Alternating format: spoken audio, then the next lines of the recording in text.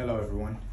You know, approaching this assignment about blind spots, as we read in the prompt, it's something that we can't see, even though we're looking back as we're driving. We don't see that vehicle coming. So, in my preaching, in my teaching, as I think about being on the pulpit, I think some of the blind spots that I might have is as it relates to um, generational blindness, the trends that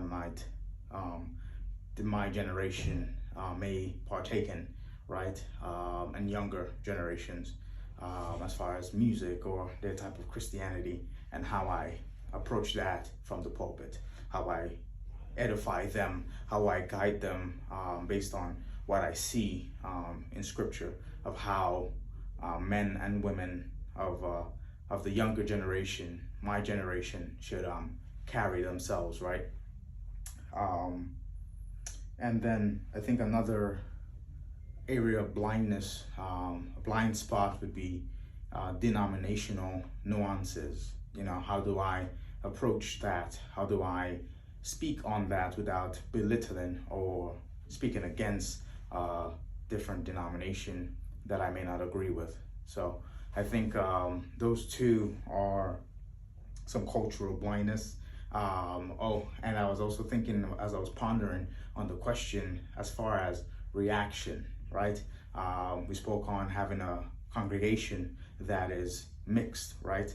And I'm used to a congregation that gives back feedback when the pastor preaches. So when I go to different congregations or that's built with the cultural context where the crowd, some individuals in the crowd are more silent. They're not as responsive to the preaching. Then I have to think to myself, is what's being said effective? Am I still preaching soundly? Are they receiving what I'm saying? And it's true that they are. That's just the way that they respond. It's being quiet. Some people clap, some people shout, and some people sit quietly. The second question talks about the best way to approach these type of things, this type of blind spots. What's helpful and what's not helpful. I think in any approach, love is the best way, without compromise, but it's how we say it. We could say things in two different ways. We could be saying the same thing, but in two different ways. One could be in a loving manner, one could be in a judgmental manner. So I believe taking the humble, I love you approach, and this is what I want for you, or based on what I see in Scripture, rather than the aggressive, yes, I'm right, approach, not leaving any space for the individuals, the hearers, to understand your perspective. So I think the I am right and you're wrong approach is not the best one. It creates more hurt, even though I may be right, right? So just having that conversation, and while I'm on the pulpit, not to make a sermon about certain things that I find to be true, but speaking about it in a fair context, right? I read about the pastor that preached on diet, and he believed that the best diet was vegan, right? Probably wasn't the best location to talk about that. We could make the congregation feel uncomfortable and cause divide. So it's just being smart, using wisdom, using discernment about how I go about explaining certain things that I have a deep conviction about.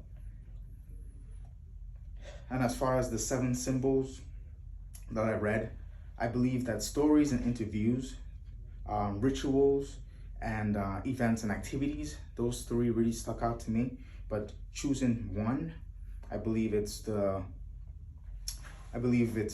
people, both the leaders and those on the margins, because Jesus interacted with people. We are called to be with people. Ministry is about people. So I believe that being able to see people, understand their worldview, understand their values, helps shape my theology as a whole, and how I interact with them throughout the pulpit, when I'm on the pulpit, off the pulpit, throughout our journey together and our relationship together. So I think it's a collective communal aspect, communal effort. When I approach all of these questions and the blind spots that challenge me, and how I may somehow overcome them together with the congregation.